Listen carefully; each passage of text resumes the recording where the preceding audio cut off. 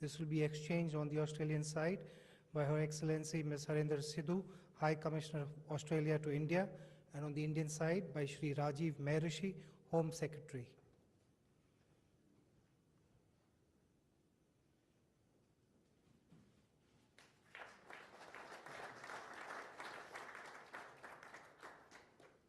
Next, MOU for promotion and development of cooperation in civil aviation security to be exchanged on the Australian side by Her Excellency Ms. Harinder Sidhu, High Commissioner, and on the Indian side by Srimati Preeti Saran, Secretary, East, Ministry of External Affairs.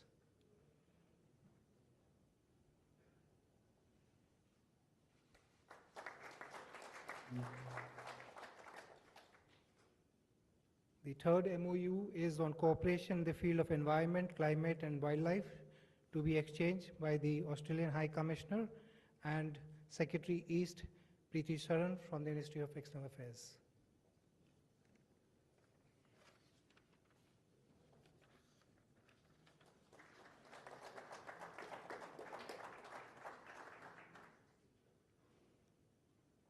The fourth MOU is on cooperation in sports to be exchanged by Ms. Kate Palmer, CEO, Sports Commission of Australia, and Dr. Ajay Gondane, High Commissioner of India to Australia.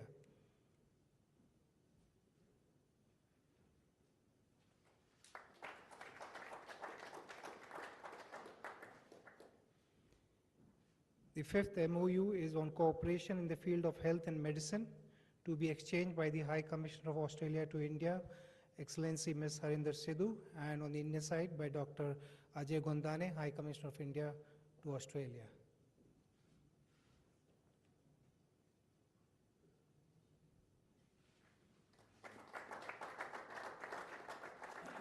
The sixth MOU will also be exchanged by the same dignitaries. This is implementation arrangement between ISRO and Geoscience Australia on cooperation in Earth observation and satellite navigation.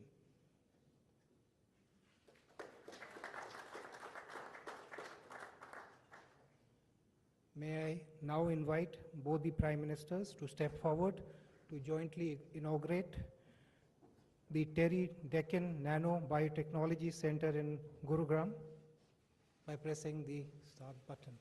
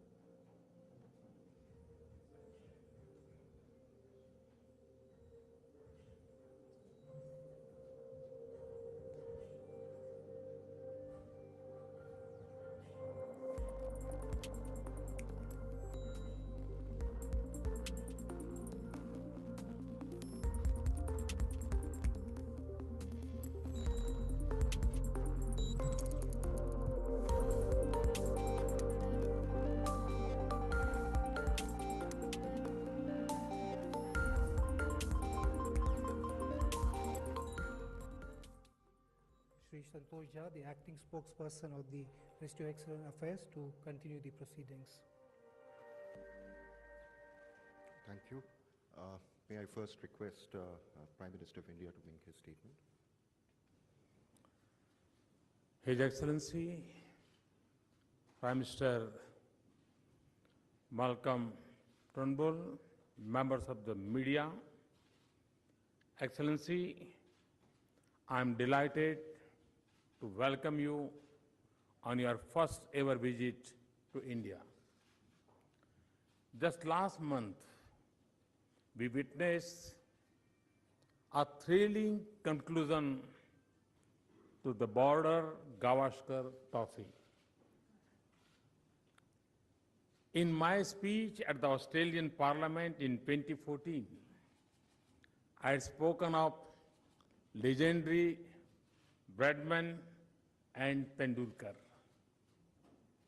Today, Virat Kohli in India and Stephen Smith in Australia are shaping the young brigade of cricket.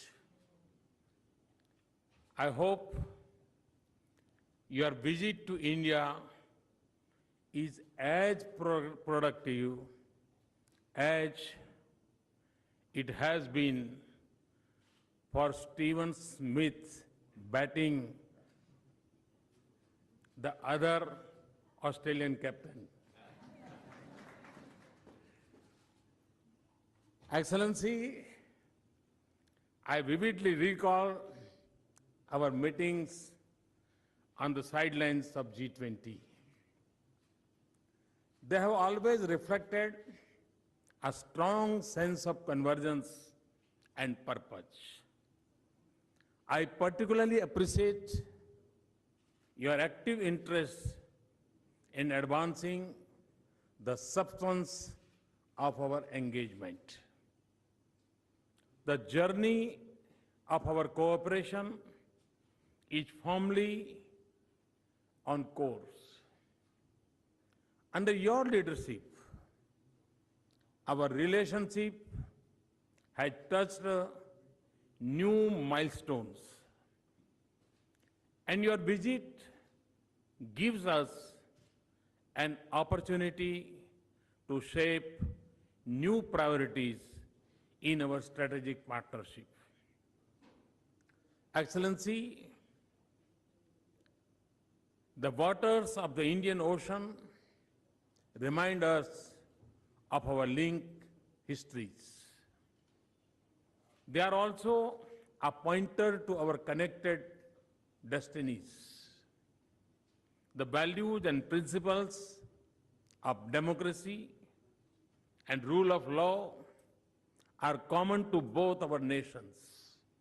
Today, the vast scope of opportunities in our ties is defined by a strong desire for economic prosperity by 1.25 billion people of India and Australia's capacity in strengths.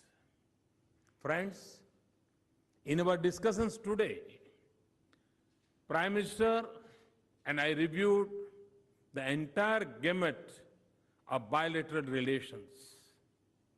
We took a number of forward-looking decisions to further strengthen our partnership, including the decision to soon hold the next round of negotiations on our comprehensive economic cooperation agreement.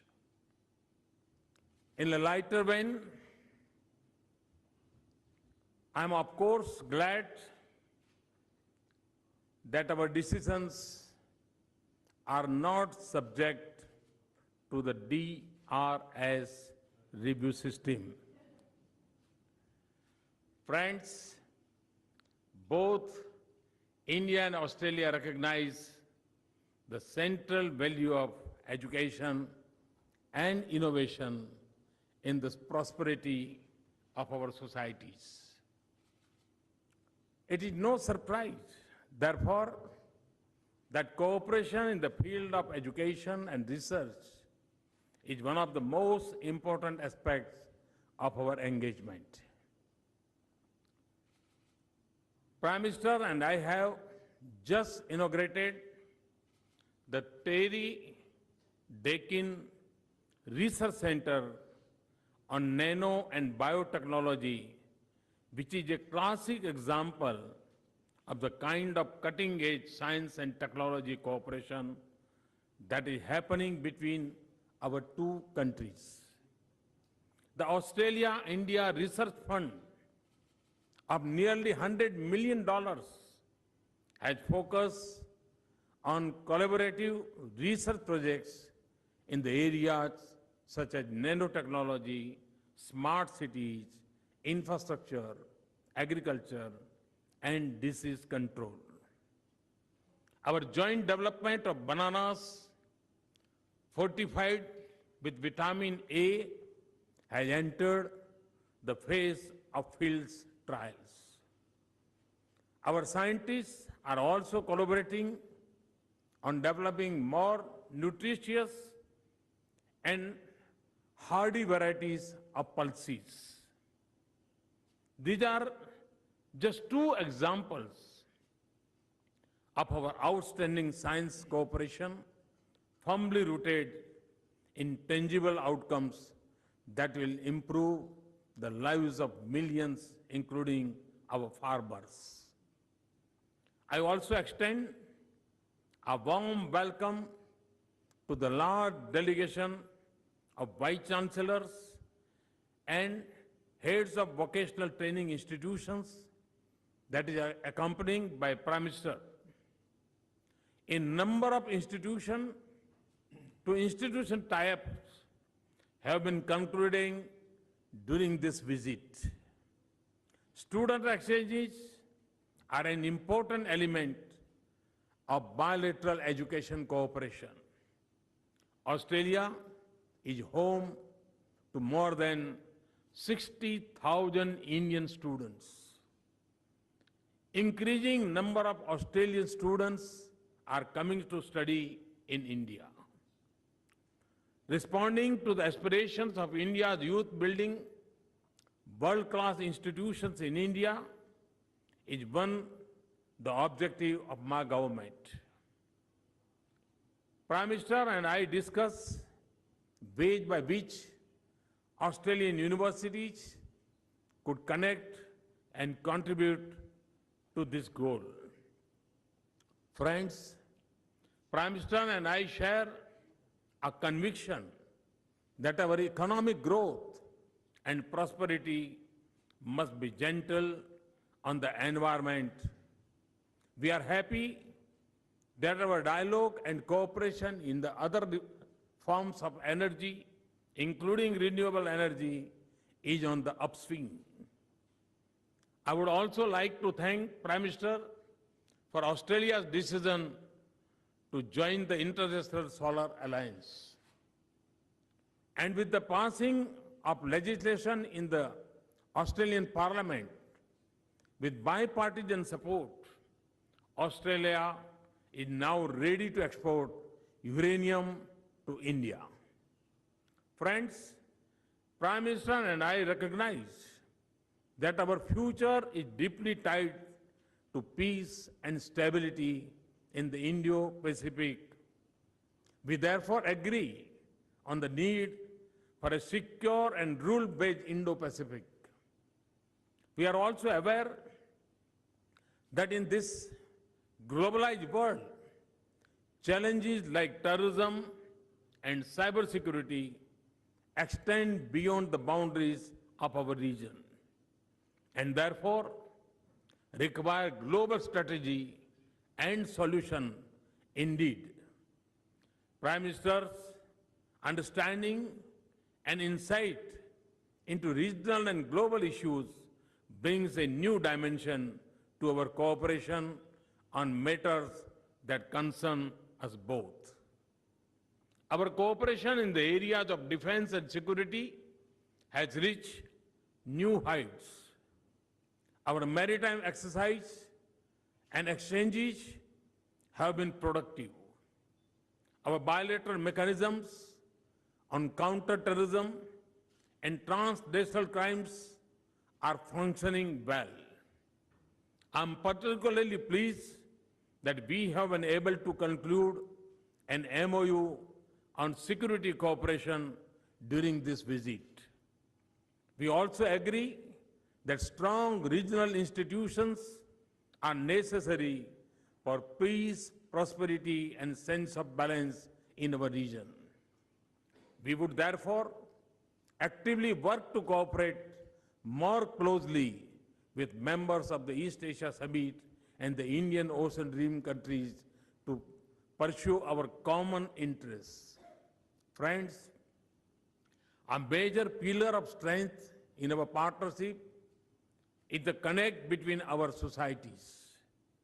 Australia is also home to nearly 500,000 people of Indian origin. Their prosperity and vibrant culture enrich our partnership. A very successful festival of India called Confluence was held in many cities of Australia last year. I thank Prime Minister for all the help and support accorded to the festival by the Australian government. Excellency, India and Australia have made major strides in our bilateral relations in recent years. In months and years ahead, we only see promises and opportunities for our two nations. Our strong and vibrant strategic partnership is, of course, important for the security and well-being of our societies. But it is also a major factor for peace, stability, and security in our region. With these words, Excellency, let me welcome you once again to India and wish you a fruitful and productive stay. Thank you very much.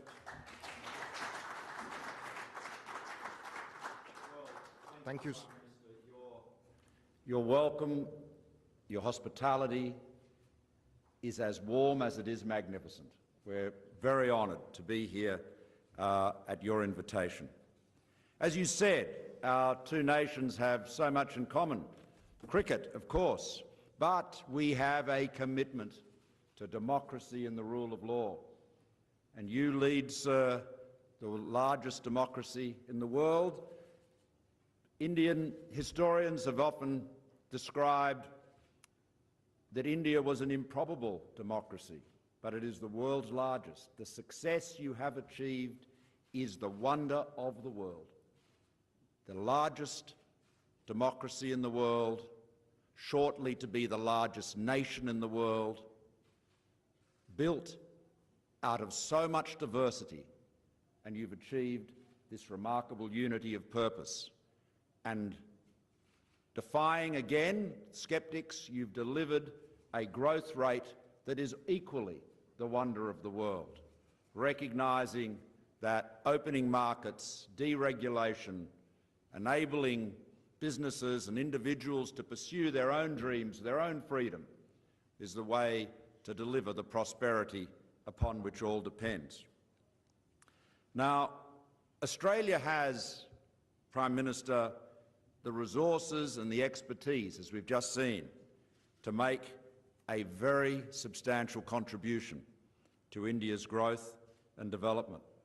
Spanning education, training, science and innovation, our dynamic and growing knowledge partnership can be truly transformative. We're already working together to harness the creativity and the drive of our best and brightest minds. Our flagship joint research fund, the Australia-India Strategic Research Fund, is Australia's largest with any country, and it's helped our universities, research institutions and companies to solve the practical challenges in critical areas to both countries, including health, food security and energy, as you've noted. The Deakin Terry Nanobiotechnology Research Centre, which we just inaugurated, and I might say, Prime Minister, having been involved in the technology business in the past, I always approach any live demonstration with great anxiety. There is often, in the technology business, they talk about the demo god, which is a malevolent deity which generally makes sure that live online demonstrations don't quite work, but that was brilliant. And I want to say thank you to the Chancellor and Vice-Chancellor of Deakin University for allaying my concerns. So well done. But this research centre will bring up to 100 researchers together to solve some of the world's biggest problems, from developing biofuels to early detection of crop diseases to improve productivity. And these are practical solutions with commercial prospects for both of our countries.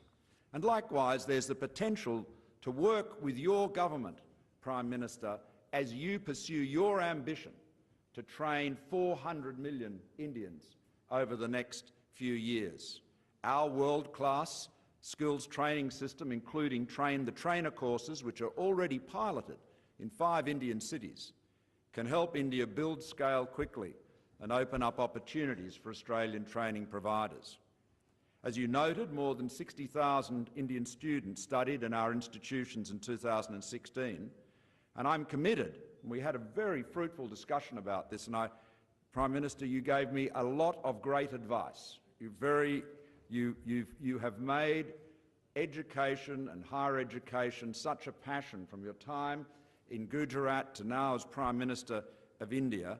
It was very, very helpful. And we will continue to ensure that we provide outstanding opportunities for Indian students, and also that Australian students learn more about India by visiting and studying here, including through the scholarships and grants supported by my government's new Colombo plan. Our deepening collaboration on water management is supporting your national water policy by improving river basin planning and management, hydrological modelling and sustainable water use. And I might say the management of water resources in India has been a passion of several Prime Ministers of Australia, including one of our earliest, Alfred Deakin, who made a study of the irrigation system in India, a particular focus of his, as he took learnings from that and set up the irrigation models for Australia. Our know-how and resources are already partnering with India's 24/7 Power for All, Smart Cities and Make in India programs, but there's room for further growth. We've worked closely with India to meet our respective requirements for the provision of fuel for India's civil nuclear program, and we look forward to the first export of Australian uranium to India as soon as possible. Now, Prime Minister, you recognise that all Indians need access to reliable and affordable energy, and like us, you share a technology-agnostic, all-of-the-above approach. Pragmatic. That's exactly how we focus on the issue. So we're pleased to be providing increasing quantities of high-quality coal for steelmaking and increasingly for power generation with advanced supercritical technology. Like Australia, India is planning to increase its pumped hydro storage capacity, and we look forward to sharing expertise in that vitally important part of the 21st century energy system. And India, like Australia and many other countries, is also advancing solar energy. Indeed, we believe that by next year, about 60% of the world's solar cells will use technology developed by Australian researchers. Solar energy offers lower-cost distributed energy, which is of particular importance in the developing world. So I want to congratulate you, Prime Minister, for your global leadership in establishing the International Solar Alliance, and I'm very happy to announce that we will join that alliance. Now, our trading relationship is delivering significant benefits to our respective nations. Last year, two-way trade in goods and services was nearly $20 billion, more than double what it was a decade ago. But given the complementarities of our two economies, this is a fraction of the level it could and should be. Now, we're working with India to secure timely conclusion of a quality regional comprehensive economic partnership, the RCEP, which would provide a significant boost to regional confidence. We had a very good discussion about the CECA, the Comprehensive Economic Cooperation Agreement between India and Australia. And I think it's fair to say that we feel that progress has not been as fast as either of us would like it to be. And so, as you said, we have we will ask our chief negotiators to schedule an early meeting to get the process moving. We'll ask them to tabulate the areas of ambition where each side is seeking access, so that we can see where and to what extent the parties, the negotiators, are apart, and they will report back to us as soon as possible, so that we can keep the focus on delivering the CECA and identifying the areas where more work needs to be done. But in the meantime, the wheels of industry go on, and we're working to identify tangible commercial opportunities to strengthen two-way trade and investment, and this will be a particular focus of my visit to Mumbai later this week. Finally, as you noted, sir, our work together in the strategic and security spheres continues to gain momentum through regular engagement across all three armed services and high-level talks with our defence ministers and officials. As Indo-Pacific democracies committed to the rules-based international order, we share interests on a broad range of regional and global security issues. Building on the 2014 Framework for Security Cooperation, I hope that our new MOU on combating transnational organised crime, including international terrorism, will continue to strengthen this strategic partnership. It will facilitate closer collaboration on counter-terrorism, cybersecurity, people smuggling and human trafficking, money laundering and attacks on critical infrastructure. In addition, as you noted, we're working more closely together with our friends and partners in the region, including through the East Asia Summit and the Indian Ocean Rim Association. So, in conclusion, thank you, Prime Minister Modi, for your personal commitment to helping us realise the full potential of the Australia-India partnership. With our shared commitment and the passion, the ingenuity, the determination of our two nations, I have no doubt that our partnership will go from strength to strength.